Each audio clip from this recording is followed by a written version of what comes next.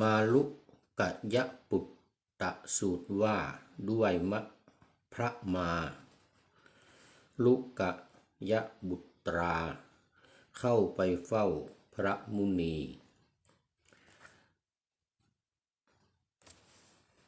เข้าไปเฝ้า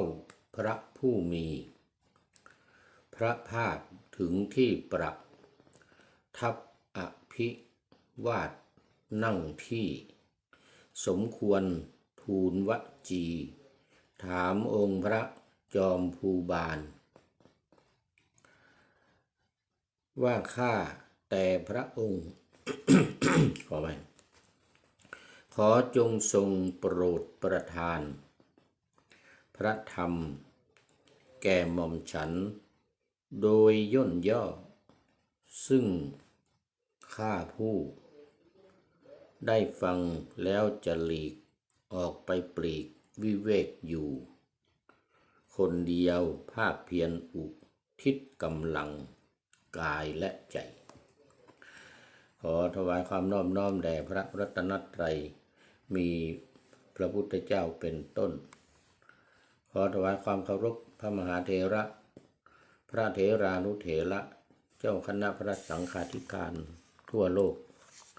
มีพระเดชพระคุณพระธรรมเสนาบดีเจ้าคณะภาค7วัดพระธาตุวสุเทพเป็นต้นและขออำนวยพรแด่ท่านผู้ฟังท่านผู้ชมสาธุชนพุทธบริษัททั้งหลายวันนี้รายการพระไตรปิฎกลอยฟ้าก็ลอยมา จากวัดโพธิศูนย์ปฏิบัติธรรมวัดพระธาตุดอยสุเทพ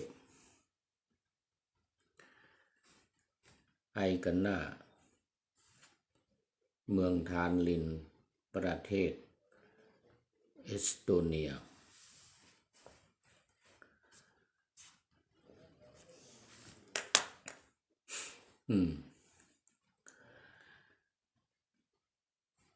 เหมือนเดิม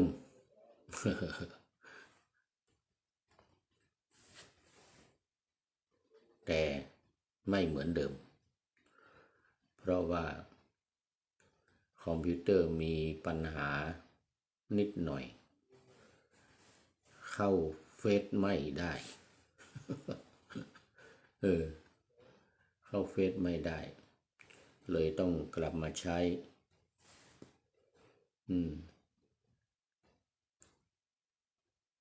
อะไรนี่ซัมซุงเหมือนเดิม ซึ่งเดี่ยงไปนานแล้วเนี่ยซัมซุงโมบายเครื่องนี้เดี่ยงไปนานแล้วแต่พอเอาข้อมูลออกใส่เครื่องใหม่ซื้อซัมซุงเครื่องใหม่มาข้อมูลออกมาใส่ในเครื่องใหม่ปรากฏว่าเครื่องเก่ายังใช้ได้เนื่องจากว่ามันเบาลงมันข้อมูลต่างๆมันมีน้อยมันไม่เต็มไม่เต็มไม่อึดอัดก็ไลฟ์สดได้นะเปิดมันมีแต่ไลน์ไม่มีเพราะว่าไลน์ย้ายมาเครื่องนี้แล้วก็เลยมันมีหลายอันที่ไม่ได้แล้วที่เหลืออยู่บางโปรแกรมบางแอปนี่ก็ยังใช้ได้แล้วก็ใช้ได้ดีคล่องแคล่วเพราะว่ามันเบามันไม่หนักมันไม่อืดมันไม่เต็มใช้ได้ FC ทั้งหลายก็เข้ามาได้ถ้าเป็นเวลาที่นี่นะแต่ว่าตอนนี้มันดึกขณะที่บันทึกอยู่นี่ตี 3:35โอ้ 3:35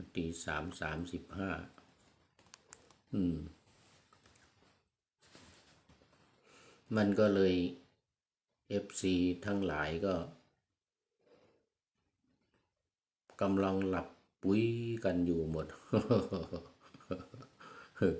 ก็ไม่มีใครเข้ามาแล้วตอนนี้ยังมีอยู่โยมพิษสมัยศรีเทพธรรมรงค์นี่ลำปางจากลำปางยังไม่หลับหรือกำลังตื่นมา กำลังตื่นมาพอดีสาธุ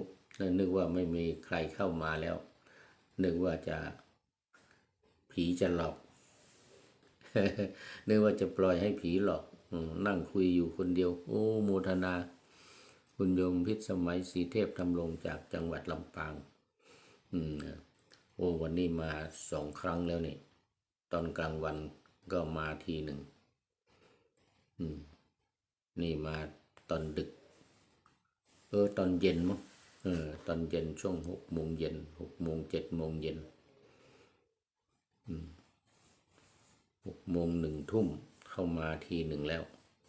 โมทนามากนะโมทนาเป็นเพื่อนกันในค่ำของคืนวันนี้ ตอนดึกรอบดึกเนื่องจากว่าวันพรุ่งนี้จะเข้าไปในเมืองทั้งวันจะไม่ได้อยู่วัดเนื่องจากว่าสามเณรภาคฤดูร้อนที่มาบวชอยู่ก็จะลาสิกขาพรุ่งนี้แล้วเข้าไปในเมืองก็เลยจะถือโอกาสเข้าไปในเมืองเพราะว่าจะไปหาซื้อพิมพ์หล่อเทียนแบบพิมพ์หล่อเทียนจะจัดกิจกรรมการหล่อเทียนพรรษาในวันที่31เดือนเนี้ย31เหลืออีก20 กว่าวันนี่แหละนี่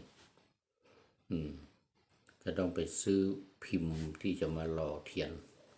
ถวายเทียนพรรษาในวันที่31ที่จะถึงนี้เดือนนี้นะเราจะเป็นประเพณีหล่อเทียนจะเป็นครั้งแรกในการจัดกิจกรรมยกมือสาธุมาแล้วคุณโยมพิษสมัยโมทนาบุญด้วยกันนะโมทนาบุญด้วยกันเนอะจะรอเตียนภาษาที่เมืองไทยนั้นตามเตียนกันไปหมดแล้วช่วงต้นก่อนเข้าพรรษาหลังเข้าพรรษามาก็มีอยู่มันนักหรือบ่เกิน8 ค่ำเนาะเนี่ยช่วงเนี้ยบ่เกิน8 ค่ำแต่ว่าที่นี่ถามว่าทำไมกำลังมาหล่อเทียนเอาตอนนี้มันจะออกพรรษาแล้วเข้าพรรษามาได้เดือนหนึ่งแล้วก็จะครึ่งเดือนแต่ว่าคำตอบก็คือว่าที่วัดนี้ยังไม่ได้เข้าพรรษาเขาเลื่อนการจำพรรษาไปเป็นเดือนพฤศจิกายนนู่นถึงต้นเดือนมีนาเพราะว่าช่วงนั้นจะลำบากฝนตกมากฝน2 อย่างฝนจริงๆหลั่งมาเทมาแล้วก็ฝนหิมะด้วยเพราะนั้นจะลำบากในการเข้าออกในเกาะบนเกาะไอกุน่าเนี่ยโยมพิษสมัยออกไปไหนลำบากไปไม่ได้ไอหิมะนี่สูงเท่าหัวเข่าเนี่ยสูงขึ้นมาเท่าหัวเข่าเนี่ยถ้าจะโกยหิมะก็ไม่ไหว ที่ถนนนี่นะบนเกาะนี่ทั้งหมดบนเกาะนี่ทั้งหมดนั่นก็ต้องซื้ออาหารมาตุนซื้อผลไม้ซื้ออะไรมาเก็บไว้ไม่ต้องกลัวมันเสียมันหนาว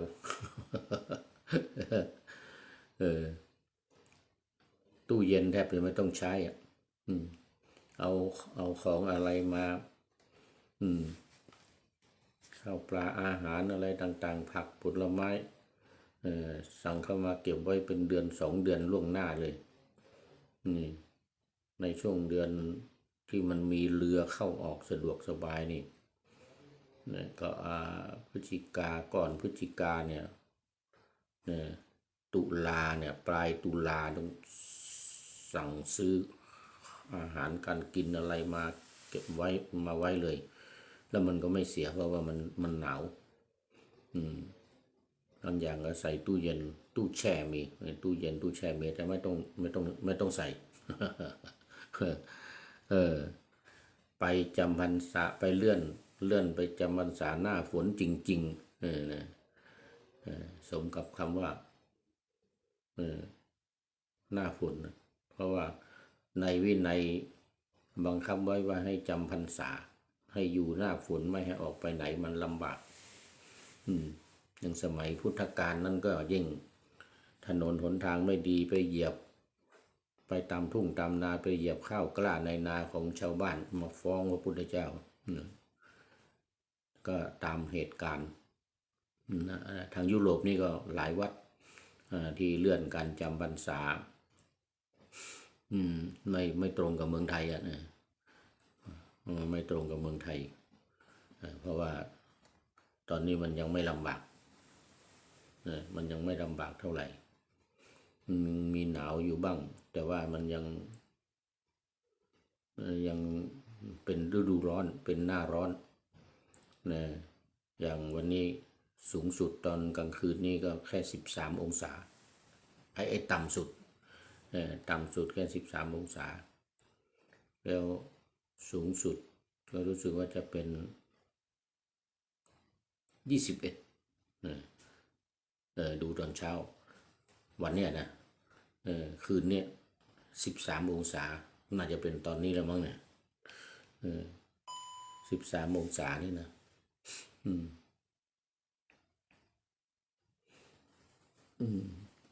ต้องดูหน่อยก่อน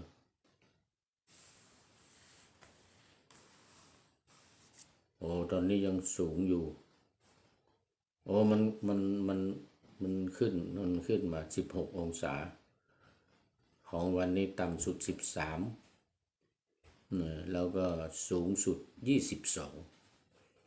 สูงสุด22แบตเตอรี่จะหมดอีกแล้วนี่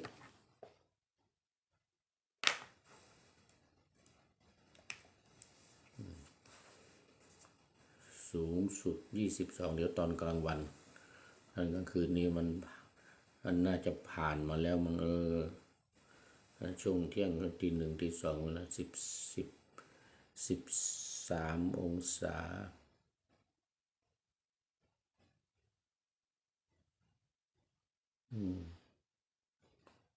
มันอยู่ตอน1 ทุ่มมันอยู่ตอน1 ทุ่ม2 ทุ่ม1 ทุ่ม2 ทุ่มตอนนี้มัน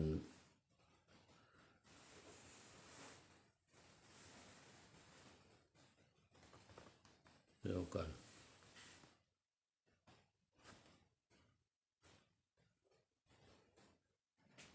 ตอนนี้ที่นี่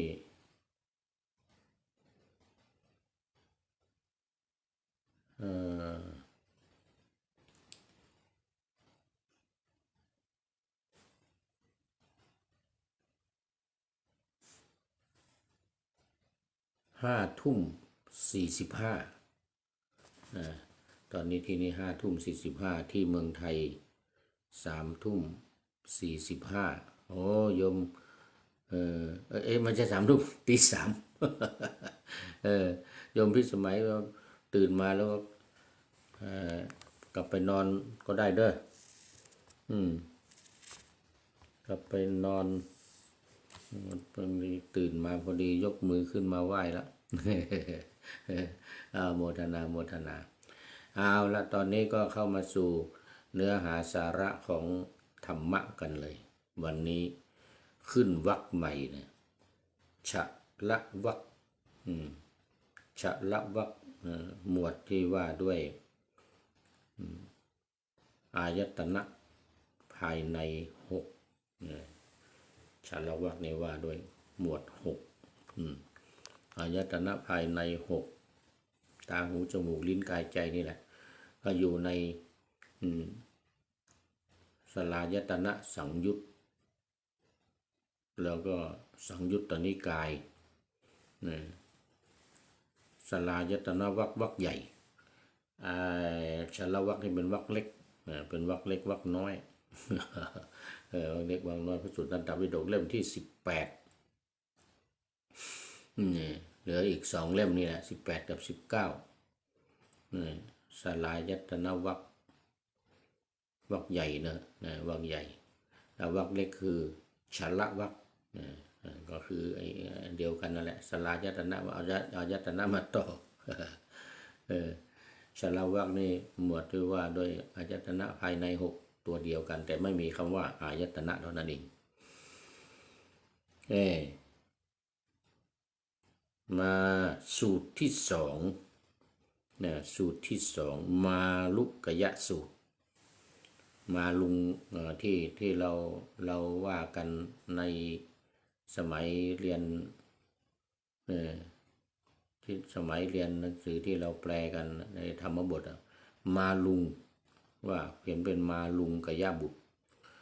มาลุงกยะบุตรแต่ในนี้เป็นมาลุกยะในพระไตรปิฎกเนี่ยเป็นมาลุกยะแต่ในธรรมบทอัฏฐกถาจารย์ธรรมบทเป็นมาลุงกยะมาลุงกยะบุตรมาลุงกยะบุตรอันนี้ก็มาลุงกยะปุตตสูตรตามที่ปานาธรรมาสไว้ว่ามาลุกยะปุตตสูตรว่าด้วยพระมาลุกยะบุตราเข้าไปเฝ้าพระผู้มีพระภาคถึงที่ประทับอภิวาทนั่งที่สมควรทูลวัจจีถามองค์พระจอมภูบาลว่าข้าแต่พระองค์ขอจงทรงโปรดประทานพระธรรมแก่หม่อมฉันโดยย่นย่อซึ่งข้าผู้ได้ฟังแล้วจะหลีกออกไปปลีกวิเวกอยู่คนเดียวภาคเพียรอุทิศกำลังกายและใจจะไปปราลบความเพียรจะไปทำความเพียรเพราะว่าในที่นี้พระผู้มีพระภาคก็อันนี้ต้องดูเนื้อหาสาระ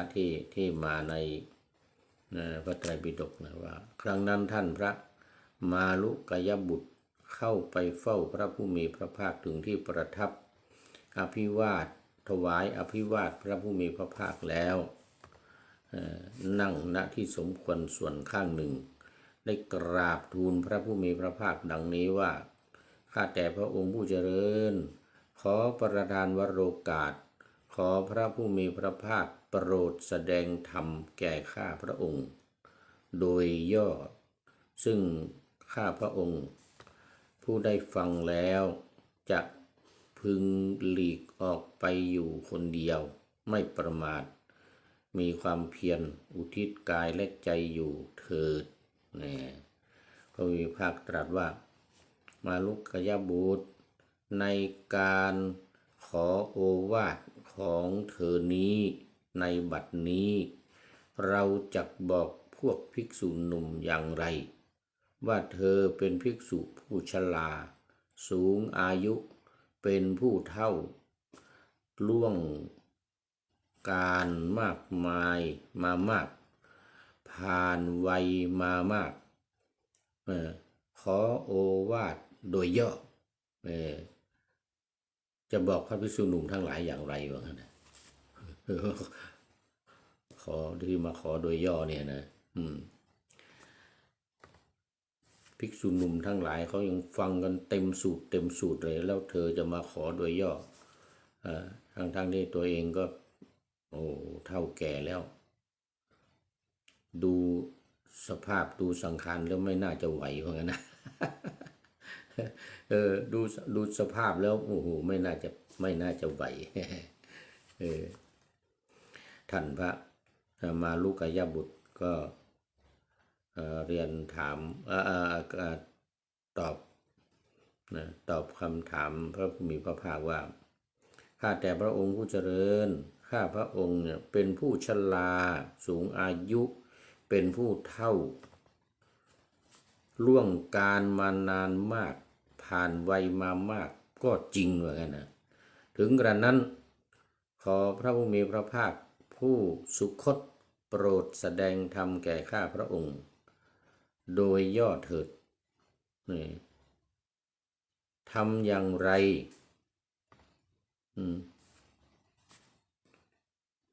ทำอย่างไรข้าพระองค์พึงรู้ทั่วถึงเนื้อความแห่งพระภาสิทธิ์ของพระผู้มีพระภาคพึงเป็นผู้สืบต่อพระภาสิทธิ์ของพระผู้มีพระภาคก็คือหมายความว่าจะแสดงโดยย่อหรือจะแสดงโดยพิสดารยังไงก็ตามแต่จะพระองค์จะโปรดเมตตาโปรดเมตตาจะเอาย่อก็ได้หรือจะวาดเต็มเหมือนภิกษุหนุ่มทั้งหลายก็เอาพระองค์ว่าเหมือนกันนะความหมายเป็นอย่างนั้นคราวนี้ก็พระผู้มีพระภาคเนี่ยก็ตรัสว่ามาลุกายบุตรเธอเข้าใจความข้อนั้นว่าอย่างไรรูปที่จะพึงรู้แจ้งทางตาเหล่าใดเธอไม่ได้เห็นไม่เคยเห็นแล้วย่อมไม่เห็นทั้งการกำหนดว่าเราพึงเห็นก็ไม่เห็นก็ไม่มีแก่เธอไม่มีการกำหนดเธอจะมีความพอใจกำหนัดหรือรักในรูปเหล่านั้นหรือไม่มีเลยพระพุทธเจ้าค่ะท่านมาลุกยับตอบพุทธองค์ตรัสอีกว่าเสียงที่พึงรู้แจ้งทางหูเหล่าใดเธอไม่ได้ฟังไม่ได้เคยฟังมาก่อนไม่ได้มาก่อนทั้งการกำหนดว่าเราพึงฟังเนี่ยก็ไม่มีแก่เธอจะมีความพอใจกำหนัดหรือรักใคร่ในเสียงเหล่านั้นหรือท่านมาลุกยะก็ตอบว่าไม่มีเลยพระพุทธเจ้าค่ะก็ว่าไม่เคยเห็นไม่เคยได้ยินแล้วก็ไม่เคยกำหนดว่าโอ้เสียงเนี่ยมันเป็นดีอย่างนั้นดีอย่างนี้นะ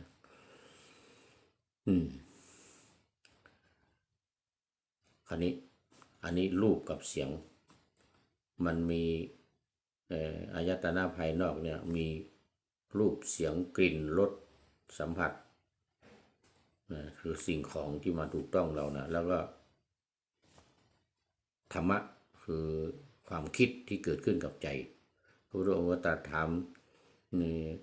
คือคนจริงว่าทีละอย่างเนี่ยรูปเสียงกลิ่นรสโผฏฐัพพะธรรมารมณ์เนี่ยนะอันนี้แต่คำถามเนี่ยมันเหมือนกันนี่ในใจความก็คือว่าเธอจะคิดในข้อนั้นอย่างไรรสกลิ่นรสอะไรสิ่งของคือโผฏฐัพพะเนี่ยนะสิ่งของที่มาถูกต้องมาสัมผัสเนี่ยและธรรมารมณ์ที่เกิดขึ้นกับใจหรือความคิดนั้นหรือความคิดนั้นเนี่ยที่เธอไม่ได้กลิ่นไม่ได้ยินนะเดี๋ยวก่อนไม่ได้กลิ่นเนี่ยนะข้อที่สามเนี่ยไม่ได้กลิ่นไม่ได้รสแล้วก็ไม่ได้กลิ่นไม่ได้รสไม่ได้สัมผัสและไม่ได้ธรรมะหรืออารมณ์ธรรมารมณ์ด้วยตัวของเธอเองเธอจะคิดลุ่มหลงมัวเมาติดอยู่ใน กลิ่นในรสในเสียงในกลิ่นในรสในสัมผัสและธรรมารมณ์นั้นอยู่หรือนี่ท่านมาลุกยบุตรนี่ก็ตอบพระผู้มีพระภาคว่าไม่เป็นอย่างนั้นเลยพระพุทธเจ้าข้าว่านะไม่เป็นอย่างนั้นเลยพระพุทธองค์ตรัสต่อไปอีกว่ามาลุกยะ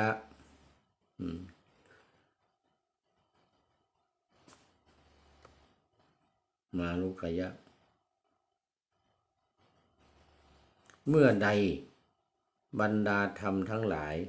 คือรูปเสียงกลิ่นรสสัมผัสและธรรมารมณ์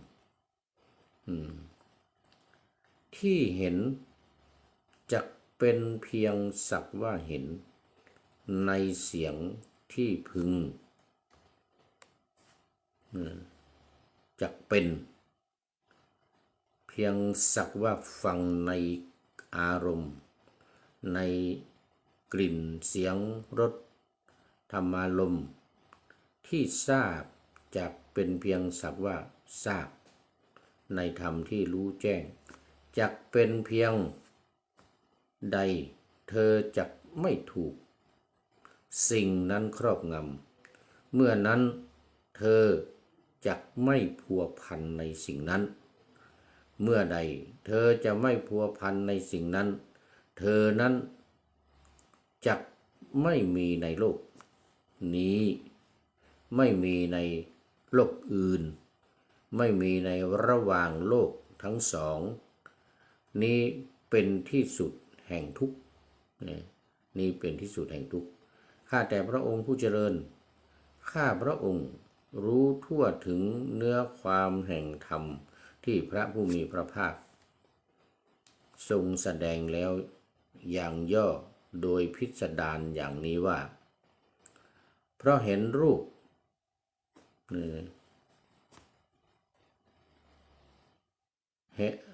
เพราะเห็นรูปฟังเสียงดมกลิ่นลิ้มรสสัมผัสกายสัมผัสและธรรมารมณ์จึงหลงลืมสติเมื่อใส่ใจมีนิมิตที่น่ารัก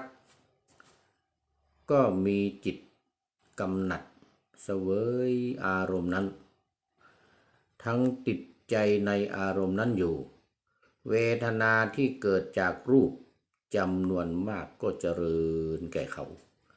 และจิตของเขาก็ถูกอภิชฌาคือความละโมบและวิหิงสาความเบียดเบียนเข้าไปกระทบเมื่อเขาสั่งส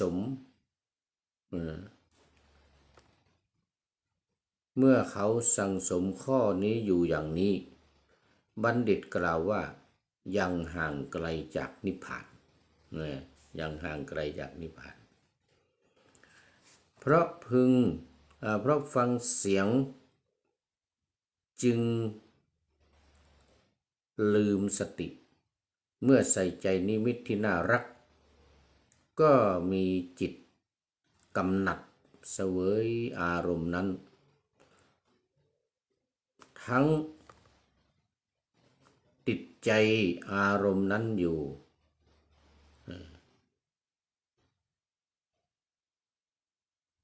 มีเวทนาที่เกิดจากเสียง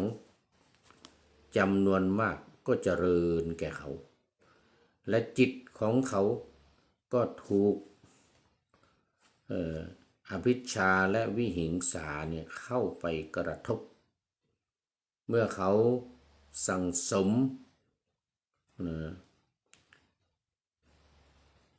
ทุกข์อยู่อย่างนี้บัณฑิตกล่าวว่ายังห่างไกลจากนิพพานแล้วยังไงจึงจะใกล้นิพพานนะก็เมื่อใด นี่เธอได้เห็นรูปได้ฟังเสียงได้ดมกลิ่นได้ลิ้มรสได้ถูกต้องกับสิ่งของหรือโผฏฐัพพะและธรรมารมณ์หรือความคิดอันนั้นนะจิตไม่เข้าไปลุ่มหลงไม่ลืมสติมีความระมัดระวังในการเสวยอารมณ์มีการกำหนดอารมณ์นั้นมีการเห็นเป็นต้นทั้งไม่ติดใจในอารมณ์นั้นอยู่เมื่อเขา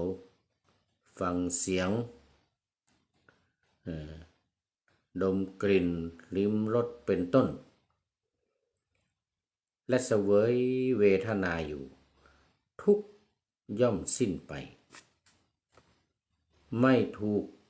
สั่งสมไว้ฉันใดเขาเป็นผู้ที่มีสติเที่ยวไปฉันนั้นเมื่อเขาไม่สั่งสมทุกอยู่อย่างนี้บัณฑิตกล่าวว่าอยู่ใกล้นิพพานอยู่ใกล้นิพพานแล้วบัณฑิตกล่าวว่าอยู่ใกล้นิพพานแล้วต่อไปบุคคลนั้นรู้ธรรมารมณ์มีสติไม่กำหนัดในธรรมารมณ์หรือความคิดมีจิตคลายกำหนัดเสวยอารมณ์นั้นทั้งไม่ติดใจในอารมณ์นั้นอยู่เมื่อเขารู้ธรรมารมณ์และเสวยเวทนานั้นอยู่ทุกย่อมสิ้นไปไม่ถูกสั่งสมไว้ฉันใดเขาเป็นผู้มีสติเที่ยวไปฉันนั้นเที่ยวไปฉันนั้นเมื่อเขาไม่สั่งสมทุกข์อยู่อย่างนี้บัณฑิตกล่าวว่าใกล้นิพพานบัณฑิตกล่าวว่าใกล้นิพพานคราวนี้ก็รวมทั้งหมดเลยทีนี้รวมทั้งหมดตั้งแต่ไม่ได้ยินเสียงเมื่อกี้ไม่เห็นรูปนะตั้งแต่ไม่ได้ยินเสียงไม่ได้ยินเสียงไม่ได้ดมกลิ่นไม่ได้ลิ้มรสไม่ได้ถูกต้องกับสิ่งของและก็ไม่เพลิดเพลินหรือไม่ติดไม่หลงอยู่ในธรรมารมณ์หรือความคิดที่เกิดขึ้นนั้นมารุกยะบุตร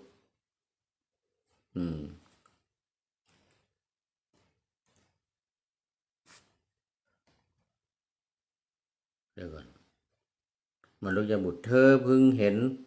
เนื้อความแห่งธรรมที่เราแสดงแล้วอย่างย่อโดยพิสดารนี้เถิด เลยว่าขอฟังโดยย่อเลยได้ฟังโดยพิสดารเลยทั้งรูปเสียงกลิ่นรสสัมผัสและธรรมารมณ์ทั้งหมดเลยอย่างย่อละเอียด เรียกว่าย่อแบบละเอียดเรียกว่าย่อแบบละเอียดก็มาลุกยะบุตรครั้งนั้นท่านมาลุกยะบุตรเมื่อได้ฟังได้ชื่นชมยินดีพระภาสิทธิ์ของพระผู้มีพระภาคลุกขึ้นจากอาสนะถวายอภิวาทกระทำประทักษิณแล้วจากไปต่อมาท่านพระมาลุกยะบุตรก็หลีกออกไปอยู่คนเดียวไม่ประมาทมีความเพียรอุทิศกายและใจอยู่ไม่นานนักได้ทำให้แจ้งซึ่งประโยชน์ยอดเยี่ยมอันเป็นที่สุดแห่งพรหมจรรย์ที่เรากุลบุตรผู้ออกจากเรือนบวชเป็นบรรพชิตโดยชอบต้องการด้วยปัญญาอันยิ่งเองเข้าถึง อยู่ในปัจจุบันรู้ชัดว่าชาติสิ้นแล้วอยู่จบพรหมจรรย์แล้วกิจที่ควรทำอย่างอื่นไม่มี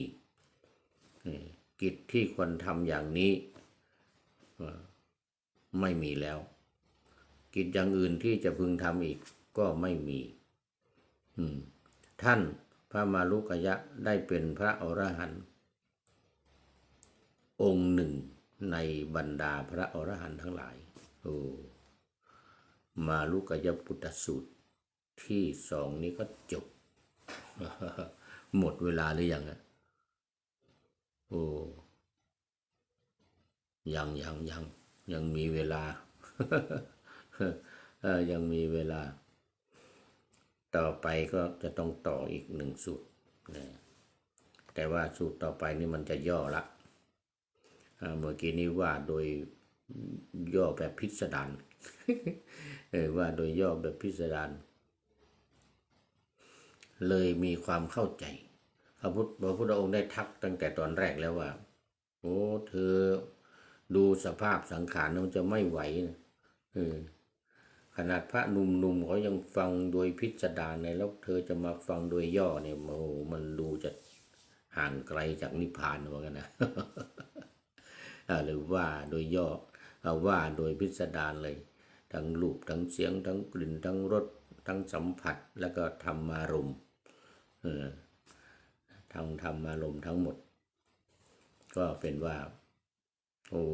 ชมเชยภาสิทธิ์ของพระพุทธเจ้าที่ขอโดยย่อแล้วว่าโดยพิสดารจากนั้นเธอก็ไปปฏิบัติโดยไม่ประมาทไม่นานนักก็บรรลุเป็นพระอรหันต์อันนี้ก็จบเรื่องของมารุกยสูตรซึ่งเป็นสูตรที่2ต่อไปสูตรที่3ปริหานธรรมสูตรว่าด้วยปริหานธรรมคือธรรมที่เสื่อมไปดับไปสิ้นไปคำว่าปริหานธรรมนี่นะเสื่อมไปสิ้นไปดับไป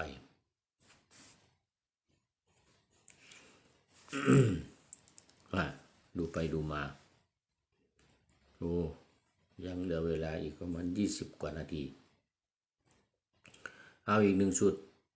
ปริหานิยธรรมว่าด้วยปริหาริยธรรมปริหานธรรมภิกษุทั้งหลายเราจะแสดงปริหานธรรมและอปริหานธรรมคือธรรมที่เสื่อมและธรรมที่ไม่เสื่อมทั้ง2อย่างหมายถึงธรรมที่มีความเสื่อมไปเป็นสภาพส่วนอปริหานธรรมก็ธรรมที่ไม่เสื่อมไปตามสภาพภิกษุทั้งหลายเราจักแสดงทั้งปริหานธรรมและอปริหานธรรมเธอทั้งหลายจงฟังจงใส่ใจให้ดีนี่จงฟังจงใส่ใจให้ดีคือธรรมที่เป็นบาปอกุศลมีความดำริซ่านไปเกื้อกูลแก่สังโยชน์เกื้อกูลแก่สังโยชน์ย่อมเกิดขึ้นแก่ภิกษุในธรรมวินัยนี้เพราะเห็นรูปทางตาถ้าภิกษุให้กิเลสนั้นอาศัยอยู่ไม่ละไม่บรรเทาไม่ทำให้หมดสิ้นไปไม่ให้ถึงความไม่มีอีกข้อนั้นภิกษุพึงพิจารณาทราบว่าเรากำลังเสื่อมจากกุศลธรรมนี้พระผู้มีพระภาคตรัสว่าเป็นความเสื่อมเป็นความเสื่อมอีกประการหนึ่งธรรมที่เป็นบาปอกุศลมีความดำริซ่านไปเกื้อกูลแก่สังโยชน์ ย่อมเกิดขึ้นแก่ภิกษุ เพราะลิ้มรสทางลิ้นเพราะสัมผัสโผฏฐัพพะทางกายและธรรมารมณ์ทางใจและธรรมารมณ์ทางใจย่อมเดี๋ยวลมทางใจย่อมเกิดขึ้นแก่ภิกษุเพราะรู้แจ้งธรรมมาลมทางใจถ้าภิกษุให้กิเลสนั้นอาศัยอยู่ไม่ละไม่บรรเทาไม่ทำให้หมดสิ้นไปไม่ให้ถึงความไม่มีอีกข้อนั้นภิกษุพึงทราบว่าเรากำลังเสื่อมจากกุศลธรรมนี้พระผู้มีพระภาคตรัสว่าเป็นความเสื่อมปริหานธรรมเป็นอย่างนี้แหละคราวนี้ต่อไปเป็นอปริหานธรรมคือธรรมที่ไม่เสื่อมก็ตรงข้ามกันเนี่ยตรงข้ามกันกับธรรมที่เสื่อมมันเป็นยังไงก็คือธรรมที่เป็นอกุศลมีความดำริซ่านไปเกื้อกูลแก่สังโยชน์10ประการนะมีสักกายทิฏฐิเป็นต้นอวิชชาเป็นที่สุดนะกิเลสนั้นอาศัยอยู่ละบรรเทาทำให้หมดสิ้นไปให้ถึงความไม่มีอีกข้อนั้นภิกษุพึงพิจารณาว่าเราไม่เสื่อมจากกุศลธรรมนี้พระผู้มีพระภาคตรัสว่าเป็นความไม่เสื่อมจากกุศลธรรม อายตนะนี้ทั้งตาหูจมูกลิ้นกายใจเราครอบงำได้แล้วนี้พระผู้มีพระภาคตรัสว่าเป็นอภิพายตนะอภิพายตนะภิกษุทั้งหลายอายตนะเหล่านี้เราเรียกว่าอภิพายตนะ6ประการปริหานิยธรรมสูตรที่3ก็จบก็คือตรงกันข้ามกันกับปริหานธรรมธรรมที่เสื่อมไอ้ที่เป็นอปริหานธรรมก็ธรรมที่ไม่เสื่อมก็ตรงกันข้าม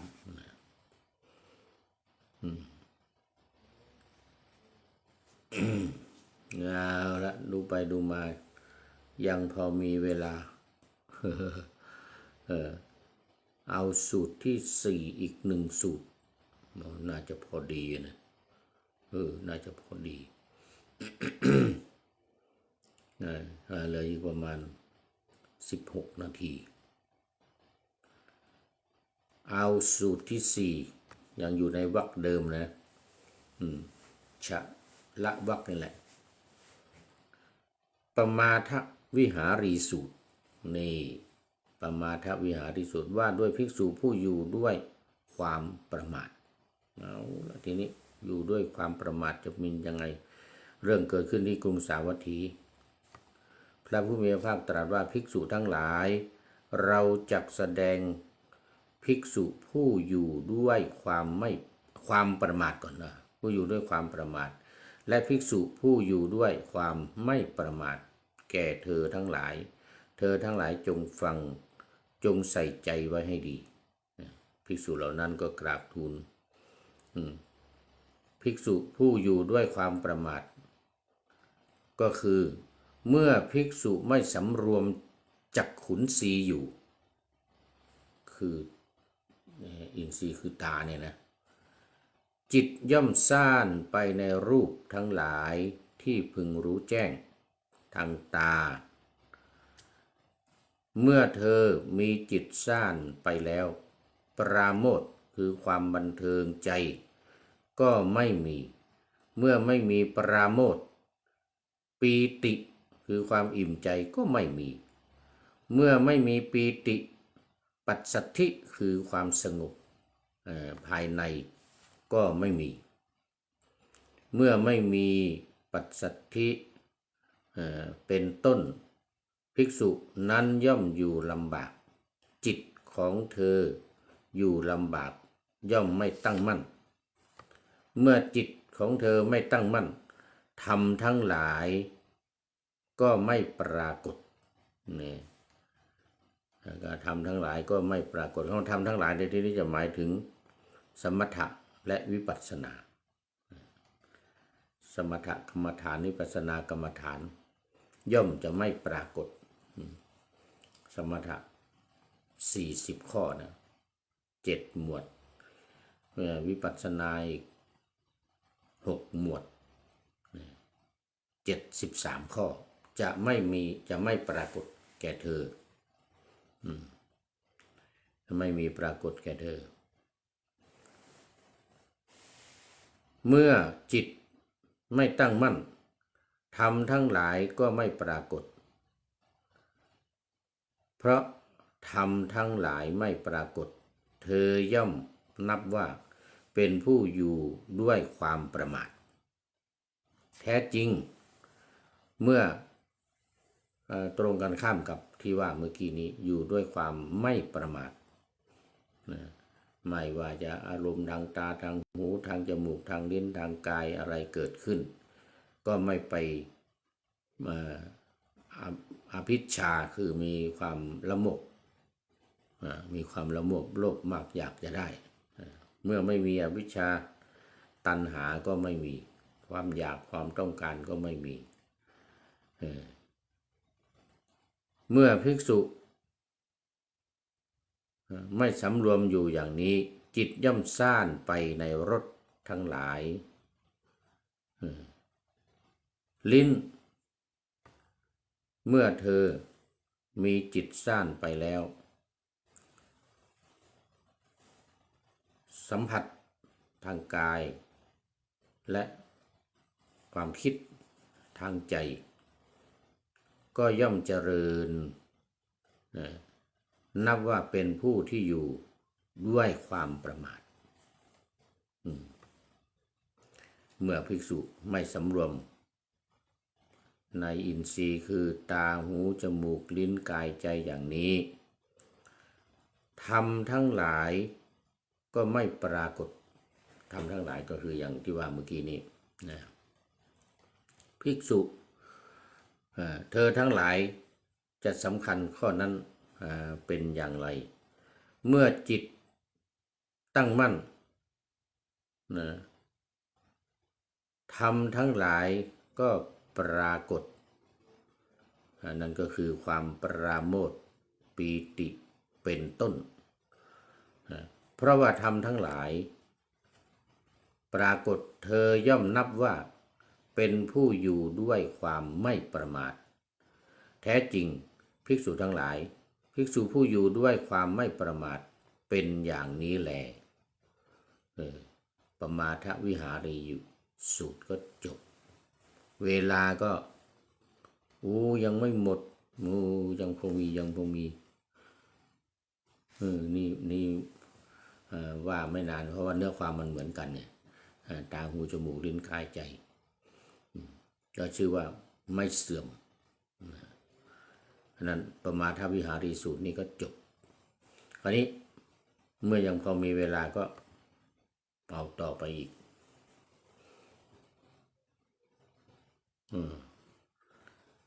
เหลือไม่ถึง10 นาทีแล้วภิกษุทั้งหลายมาในข้อที่98นะสังวรสูตรที่ว่าด้วยความสำรวมด้วยความสำรวมเมื่อกี้นี้ที่ผ่านไปเป็นไม่สำรวมเป็นไม่สำรวมตอนนี้ไปเป็นการสำรวมนะภิกษุทั้งหลายเราจักแสดงสำรวมและไม่สำรวมแก่เธอทั้งหลายจงฟังจงใส่ใจให้ดีว่าการสำรวมและไม่สำรวมนั้น เป็นอย่างไรภิกษุทั้งหลายรูปที่พึงรู้แจ้งทางตา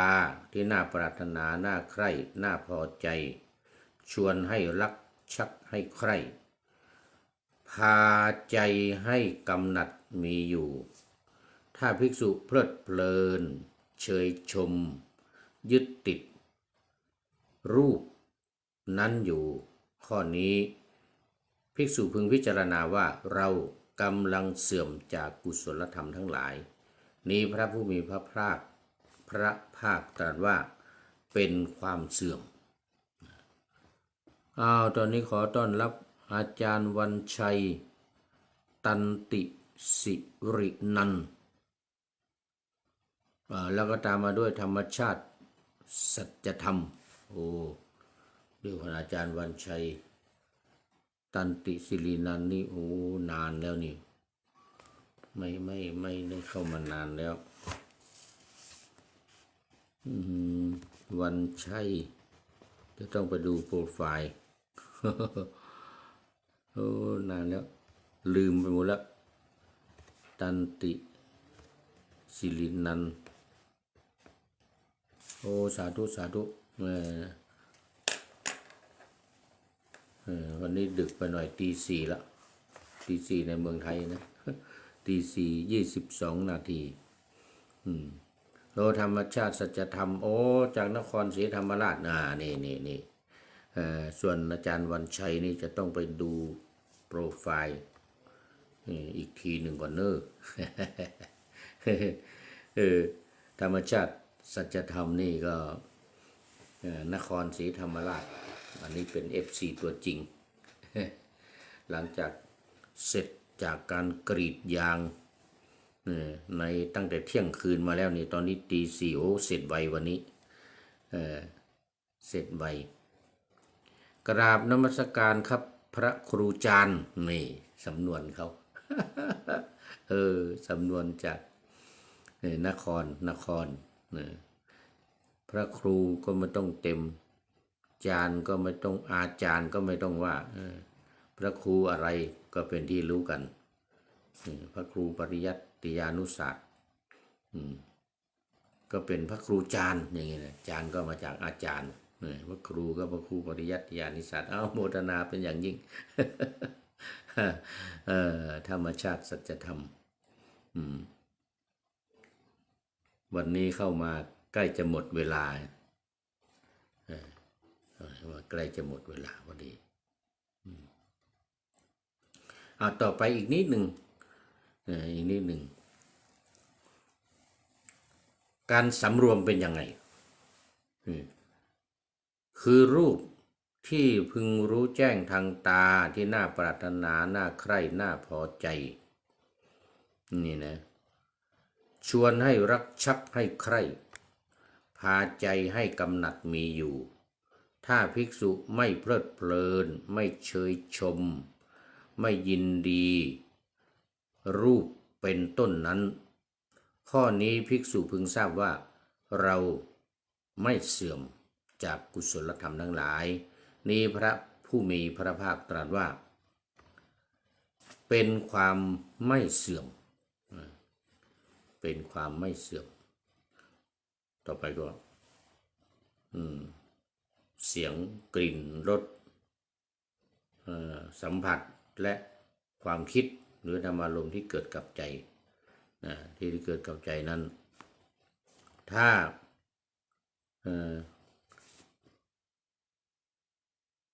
ภิกษุนั้นพึงพิจารณาด้วยความไม่ประมาทไม่เพลิดเพลินไม่เชยชมไม่ยึดติดเสียงกลิ่นรสสัมผัสและธรรมารมณ์นั้นพระผู้มีพระภาคตรัสว่าเป็นความไม่เสื่อมภิกษุทั้งหลายความสำรวมเป็นอย่างนี้แลสังวรสูตรที่5ก็จบปรากฏว่ายังพอมีเวลามันไม่นานนี่นะว่า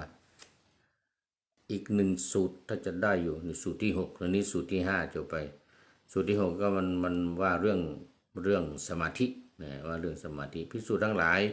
เธอทั้งหลายจงเจริญสมาธิเถิดภิกษุผู้มีจิตตั้งมั่นย่อมรู้ชัดความเป็นจริงตามความเป็นจริงรู้ชัดอะไรเล่าตามความเป็นจริงคือรู้ชัดตามความเป็นจริงว่าจักขุไม่เที่ยงรู้ชัดตามความเป็นจริงว่ารูปไม่เที่ยงก็คือจักขุกับรูปนะแล้วก็รู้ชัดตามความเป็นจริงว่าเสียงไม่เที่ยงและรู้ชัดตามความเป็นจริงว่าเดี๋ยวกันเมื่อกี้หูดิหูไม่เที่ยงเสียงก็ไม่เที่ยงเหมือนกันคราวนี้ต่อไปกลิ่นรสสัมผัสธรรมารมณ์เหมือนเดียวกันเหมือนเดียวกันความที่เดี๋ยวกันอารมณ์ที่เป็นสุขหรือทุกข์หรือมิใช่สุขมิใช่ทุกข์ที่เกิดขึ้นเพราะเสียงกลิ่น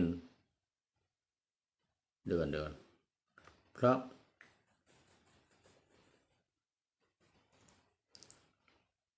เสียงนะถูกแล้วเสียงกลิ่นรสสัมผัสและธรรมารมณ์นั้นไม่เที่ยง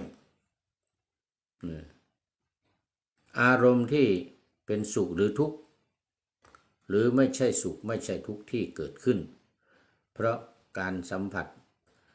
ทางหูทางจมูกทางลิ้นทางกายและทางใจเป็นปัจจัย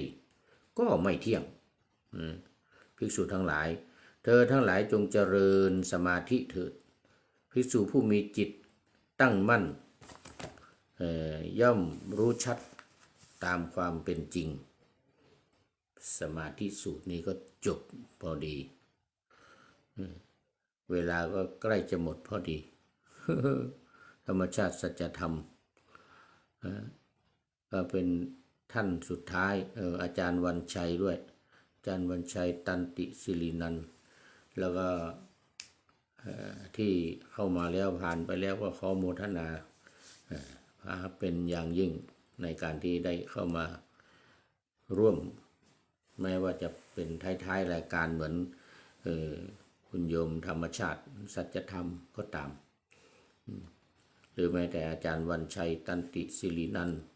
ที่เข้ามาช่วงปลายก็ตามเขาให้มีความสุขกายสุขใจตอนนี้ก็ขอนำพระไตรปิฎกลอยฟ้าไปจากผู้ฟังทั้งหลายในโลกล่าวันต่อไปจะได้จรย้อนกลับมาสู่สถานีใหม่ให้ท่านฟังอย่าลืมเปิดวิทยุหรือเครื่องรับโทรศัพท์โมบายคอมพิวเตอร์ผัง YouTube เฟซเพจไลน์ให้ดังๆเพื่อชมฟังรายการวันต่อไปขอทุกท่านมีความสุขทุกคืนวันนำธรรมะประกอบการงานทั้งหลายเช่นขยันทำงานทางวาจากายใจขวนขวายกิจการงานนานาบำเพ็ญสาธารณประโยชน์เว้นสิ่งที่มีโทษโหดเยี่ยงสา